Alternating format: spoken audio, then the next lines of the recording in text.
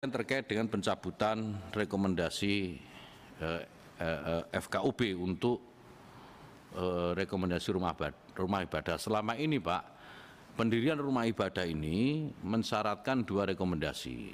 Pertama rekomendasi FKUB dan kedua rekomendasi dari Kementerian Agama. Nah, menurut hemat kami Pak, rekomendasi itu cukup satu saja. Karena FKUB ini forum bentuknya.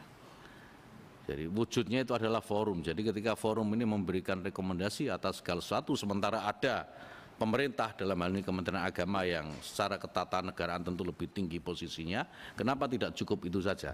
Toh Kementerian Agama ketika memberikan atau mengeluarkan rekomendasi pendirian rumah ibadah itu pasti melakukan konsultasi dengan pemuka-pemuka agama. Jadi supaya tidak redundant gitulah kira-kira, jadi cukup di Kementerian Agama saja. Karena terus terang begini Pak, di lapangan kita banyak temukan, di lapangan itu justru kesulitan untuk mendapatkan rekomendasi itu di FKUB-nya Pak. Karena apa? Rekomendasi FKUB ini sulit gitu ya, karena ini terkait dengan politik di daerah. Gitu. Jadi kira-kira di mana muslimnya banyak gitu ya, mayoritas itu, maka rumah ibadah non muslim akan dipersulit pendiriannya untuk agar elektabilitasnya terjaga gitu.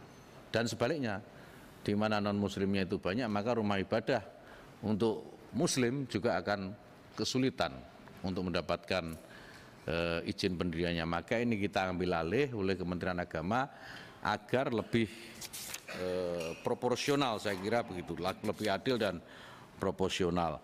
Betul juga tadi yang disambung oleh Pak Aceh,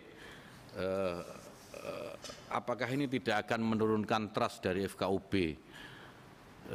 Kami sempat berpandangan seperti itu Pak Aceh, tetapi kemudian muncul penguatan bahwa FKUB itu kan selama ini hanya berhenti di provinsi.